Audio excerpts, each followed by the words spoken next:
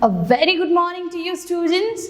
I hope everybody is doing well. I hope everybody is fit and fine and also very active, right? ताकि अभी जो भी हम lecture देख रहे हैं, जो पढ़ रहे हैं, it should be concentrative for your side. आप लोगों को बहुत अच्छे से समझ में आना चाहिए. And उसके अलावा a happy youth day, okay? So you might know that today is, okay, I will tell the lecture, some of you might see this after 3 to 4 days, some of you after 10 days. लेकिन आज जब मैं ये पढ़ा रही हूँ, so today is the youth day and you are the youth of this country. So you have to contribute, you have to do stuff जो आप लोगों को आगे पहुंचाए, right? So towards environment, towards the industrialization, towards the urbanization, everything we are gonna do it what very properly, ठीक है? So I have बहुत सारी उम्मीदें from you people. So I hope कि आप सब लोग बहुत successful हो अपने life में. So as we have already seen in live lectures, हम लोगों ने क्या देखा है? We have talked about growth and development. हम लोग second point पे रुके थे and mostly we were talking about what?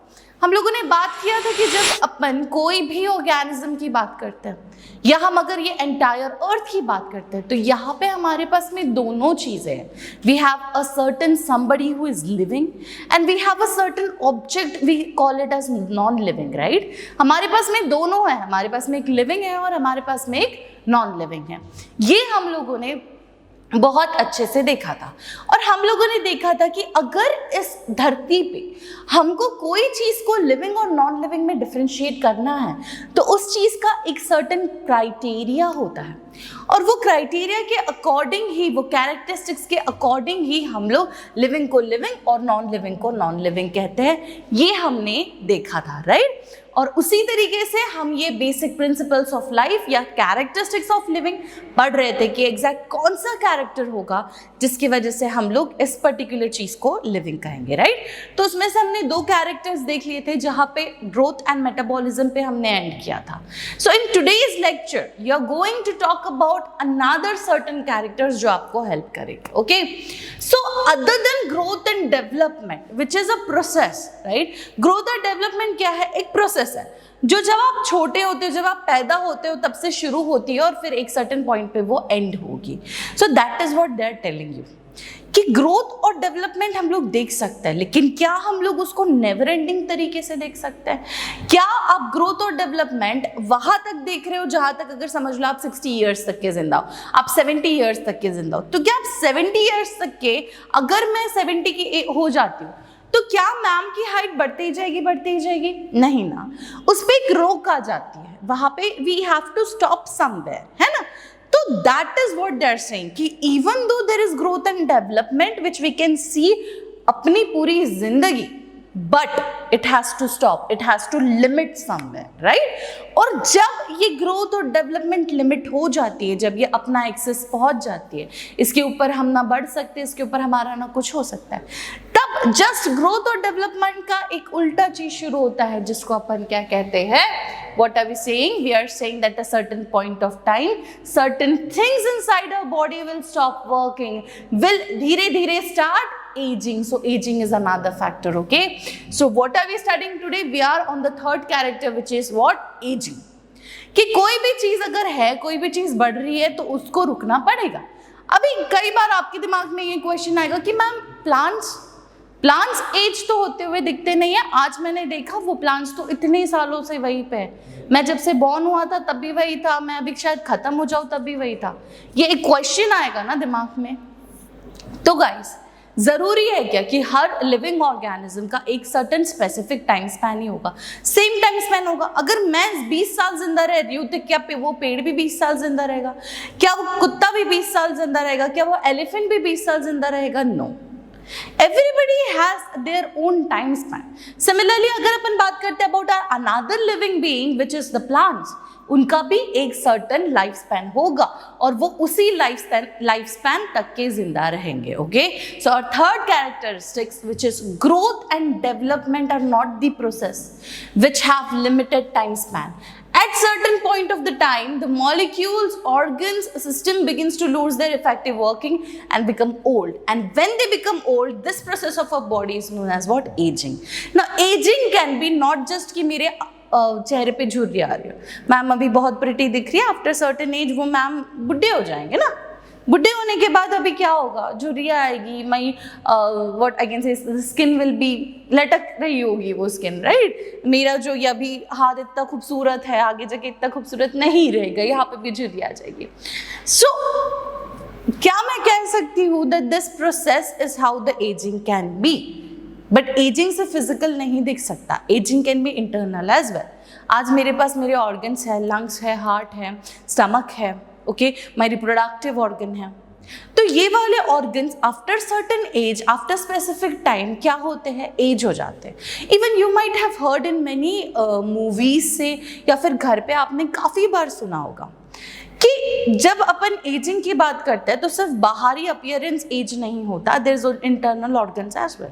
तुमने सुना होगा कि अगर अपन अपने रिप्रोडक्टिव ऑर्गन के बारे में बात करते हैं, so you might have heard that there is a certain age for the reproduction as well, है ना, एक certain age होता है कि यार तुम 30 साल के हो, 40 साल के हो, तब तक के एक बच्चा पैदा हो सकता है, but after a certain time, after से 40 years, 40 फिर भी मैंने बहुत बोल दिया, okay, 35 is like the healthy reproductive age, but 40, 45, 50, 60 years, see there are exceptional case of course, लेकिन तब तक के the reproductive organ is not that strong to conceive a baby, तो the chances of being pregnant is very low। तो बस वही समझा रही हूँ कि with age not just the outer appearance से wrinkle आना, आंखें कमजोर होना, सिर्फ इतना नहीं, there are certain organs which will start failing, which will start aging, which will start getting old। ठीक है, समझ में आया आप लोगों को इतना? So this is our first thing जो हमने पढ़ा था, ओके। अब नेक्स्ट चीज जो हम बात कर रहे हैं वो है कि लाइफ है तो कंटिन्यू करना पड़ेगा। देखो हम लोगों ने हमारा फर्स्ट पॉइंट देखा था, उसमें हमने क्या देखा था कि हमारी जो जिंदगी है, अगर आप बॉर्न हुए हैं, if somebody is giving birth to you and you are a baby, तो आप बाहर निकल के इधर उधर देखोगे and you will be like, oh my god, this earth is very pressurizing। हाँ, मुझे नहीं अच्छा लग रहा है यार, यहाँ पे गर्मी बहुत है, यहाँ के लोग अच्छे नहीं है, this is all a disaster, I want to go in, I don't want to be born. Can you say that? नहीं, जिंदा रहना है, मुझे नहीं पैदा होना है। क्या आपके पास ऐसा ऑप्शन होता है? नहीं होता है। सो हमारा जो नेचर है वो यही कहता है कि अगर आप बॉर्न हुए हो तो आपको सर्वाइव करना पड़ेगा, और आपको अगर सर्वाइव करना है तो आपको क्या करना पड़ेगा? आपको आपका पॉपुलेशन इंक्रीज करना पड़ेगा ना। सिर्फ वहां पे जब अपन ने सर्वाइव का पढ़े थे, जब हमने हमारे फर्स्ट पॉइंट पे सर्वाइवल के बारे में पढ़ा था, तो हमने क्या देखा था कि हम लोगों को मेटाबॉलिज्म करना पड़ेगा। अगर आपको सर्वाइव करना है तो आपको एनर्जी चाहिए, राइट? एनर्जी कैसे मिलेगी? थ्रू सर्टेन मेटाबॉलिक एक्टिविटीज जो आपके बॉडी में होने वाले हैं, okay. But now what I am saying is कि this is another survival we are talking about, this is the survival of the race. Energy होगी, बॉडी है, ऑर्गन्स है, सब कुछ है, मेटाबॉलिज्म होगा ही होगा, बट रेस को हमको बढ़ाना है आगे। हम कहते हैं ना, कई बार हमारा खानदान बढ़ाना चाहिए। जैसे पहले के ज़माने के लोग होते थे, बहुत बच्चे करते थे, क्यों? लड़के चाहिए होते थे, क्यों? ताकि उनका वंश आगे बढ़ सके, राइट? सिमिलर केस हमारे पॉपुलेशन का है। अगर हम होमो सेपियंस है, अगर हम इंसान हैं, तो हमारा जो पॉपुलेशन का काउंट है वो बढ़ना चाहिए, and that is how we are going to survive. देखो, मेटाबॉलिज्म होगा, खाना मिलेगा, रिसोर्सेस मिलेगा, everything will be there, but what about the continuity of race? So they are saying कि अगर लाइफ है तो लाइफ को कंटिन्यू होना पड़ेगा, और जो स्पीशीज कंटिन्यू नहीं हो पाई वो एक्सटिंक्ट हो जाएगी, वो खत्म हो जाएगी। तो अब कंटिन्यू करने का, अपने जो स्पीशीज है उसको कंटिन्यू करने का तरीका क्या हुआ? What is the method of continuation? It is just one, which is multiplying yourself, and you multiply yourself by reproducing. Okay, getting my point, everybody? So life है तो कंटिन्यू करना पड़ेगा। Here we are talking about the continuation of a certain race. We are talking about the continuation of Homo sapiens. Okay? और अगर ये है, हाँ, अगर हम लोग जिंदा है, अगर हम लोग सर्वाइव कर रहे हैं, अगर हम, तो हमको हमारी रेस आगे बढ़ानी पड़ेगी, और रेस आगे बढ़ाने के लिए we have just one method, which is what? Reproduction. Getting my point? So reproduction is basically what? A certain very important phenomena जो एक लिविंग ऑर्गेनिज्म कर सकते हैं। कि non living multiply, no again I can give a contradictory statement. मैं ये बोल सकती हूँ कि भाई एक बड़ा सा पत्थर था, ड्यू टू वेदरिंग टूट गया, 2 में कन्वर्ट हो गया, सो मल्टीप्लाई हुआ, 1 था 2 हो गया. और कुछ लाइटनिंग हुई, बारिश आई, कुछ हुआ, वो 2 से 4 में कन्वर्ट हो गया, मल्टीप्लाई हो गया. लेकिन ये एक्सटर्नल फोर्सेस से मल्टीप्लाई हुआ है. What we need is we just need the male and female gamete to fuse together for the reproduction method. Okay, so are you getting my point? Reproduction कितने type के होते हैं? It's asexual and sexual reproduction. और अगर ये important चीज नहीं होगी, ये आज नहीं होगा, तो फिर हमारी रेस जो है वो आगे बढ़ पाएगी नहीं, हमारी रेस आगे नहीं बढ़ पाएगी. तो ये तो हो गया एक हमारा पॉइंट जिससे हम लिविंग और नॉन लिविंग डिफरेंशिएट करते हैं. अब बात करते हैं एक कॉन्ट्राडिक्टरी, उसी के लिए थियरी मैं तुमको देती हूँ कि अभी साइंटिस्ट क्या बोल रहे हैं कि अगर कोई रिप्रोड्यूस कर पाता है मतलब वो लिविंग है. That is what they are saying in a normal language.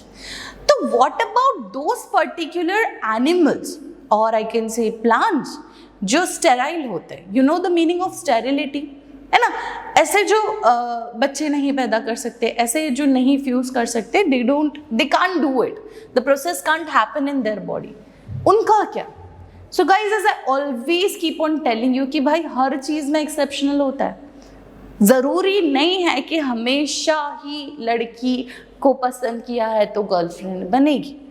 सबकी गर्लफ्रेंड्स होती है? नहीं होती है. सबको प्यार होता है, लेकिन गर्लफ्रेंड सबकी बनती है? नहीं. किसकी बनती है? एक्सेप्शनल केसेस की.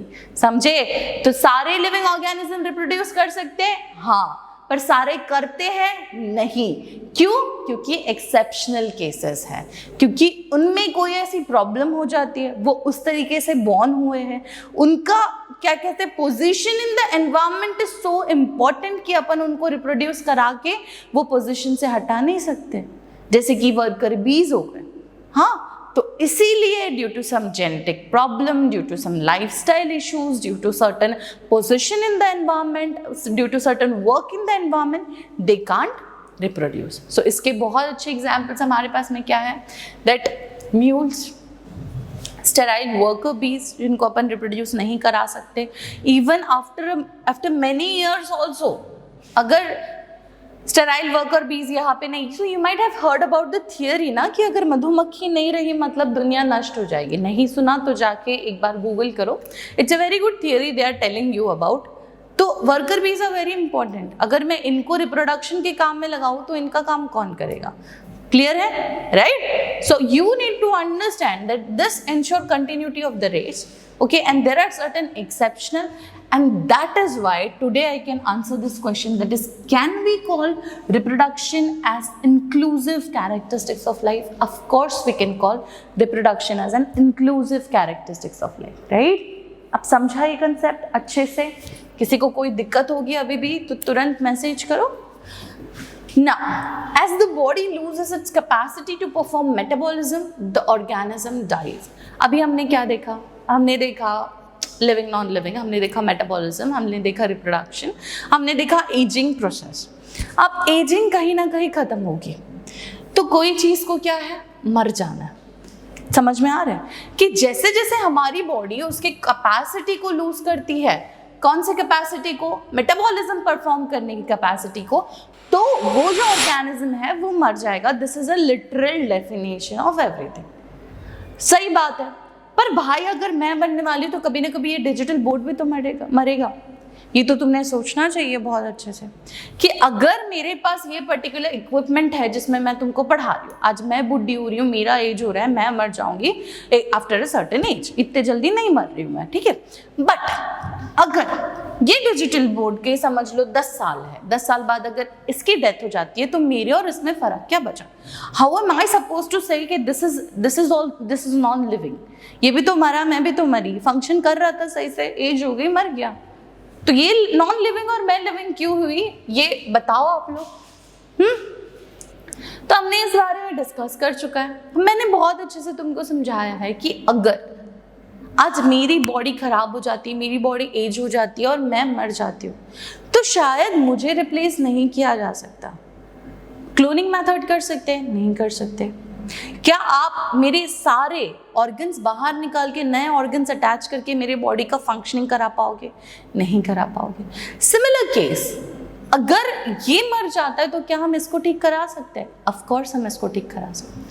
आज अगर डिजिटल बोर्ड है तो ये डिजिटल बोर्ड के अंदर बहुत सारी वायरिंग्स होगी, इक्विपमेंट्स होंगे, सर्टेन चीज़ें होगी, मशीन्स होगी, और अगर मैं ये सबको रिप्लेस कर देती हूँ तो आज मुझे एक नया डिजिटल बोर्ड जो यही होगा, लेकिन 10 मैंने उसकी पुर्जे रिप्लेस कर दी है, तो वो वर्किंग में आ जाएगा। बट अगर मेरी बॉडी के साथ कुछ हो जाता है और मैं ख़त्म हो जाती हूँ तो हम मेरी बॉडी को रिप्लेस नहीं कर सकते, right? So this is the ultimate difference between me and this digital board, कि ये नॉन लिविंग क्यों है? क्योंकि ये रिप्लेसेबल है। मैं लिविंग क्यों हूँ? Because I am irreplaceable. Okay, getting my point? ठीक है, तो जैसे जैसे बॉडी उसकी कैपेसिटी ऑफ मेटाबॉलिज्म लूज करती है वैसे वैसे हम लोग नियर टू डेथ आ जाते हैं। तो ये हो गया हमारा नेक्स्ट पॉइंट। उसके अलावा व्हाट डू वी हैव कि any living being responsible to thermal, chemical और biological changes in the surrounding. Responsiveness of irritability is unique property of living being. कोई भी अगर लिविंग बीइंग है, कोई भी अगर लिविंग ऑर्गेनिज्म है, ये समझ लो, कोई भी है, कुछ भी हो सकता है, there is a certain living organism, living being, whatever, उसने एक रिस्पॉन्स शो करना बहुत ही what I can say normal चीज़ है, बहुत ही कॉमन चीज़ है।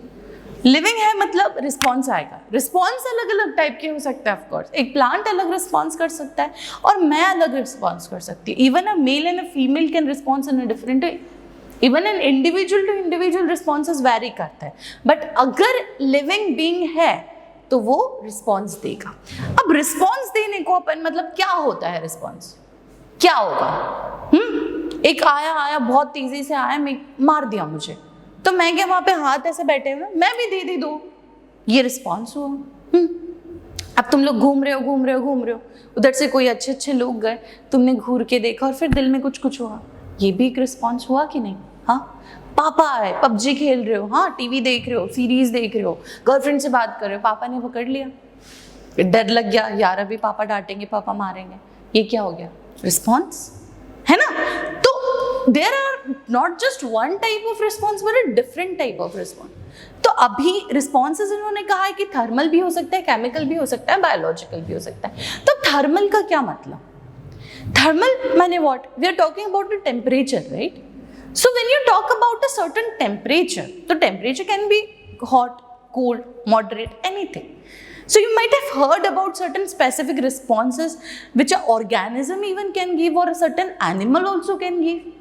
तो एक अगर जानवर है समझ लो, और वो जानवर कहीं तो जा रहा है, हाँ, और अचानक वो ऐसी जगह पहुंच गया जहाँ बहुत गर्मी है, लाइक लिटरली, तो उसका रिस्पॉन्स क्या होगा टुवर्ड्स द हॉटनेस? कि उसको शेड ढूंढना है। अगर आज मैं बाहर भाग रही हूँ and there is this heat which is developing inside my body, बहुत ज़्यादा गर्मी हो रही है, तो मेरे बॉडी ने क्या रिस्पॉन्स दिया? तो स्वेटिंग, ताकि मेरा टेम्परेचर मेंटेन हो। वहीं पे अगर मैं बहुत ठंडी जगह पे जा रही हूँ तो मेरी बॉडी क्या कर रही है? शिवर कर रही है। सो this is a response towards what? Towards the environmental condition which is very cold, है ना? अभी शिवरिंग का कैसे हो सकता है मैम? अभी शिवर करने वाला चीज रिस्पॉन्स कैसे हो सकता है? This was the question a guy asked me, I don't remember the name, sorry बच्चा, लेकिन क्या होता है शिवरिंग माने व्हाट?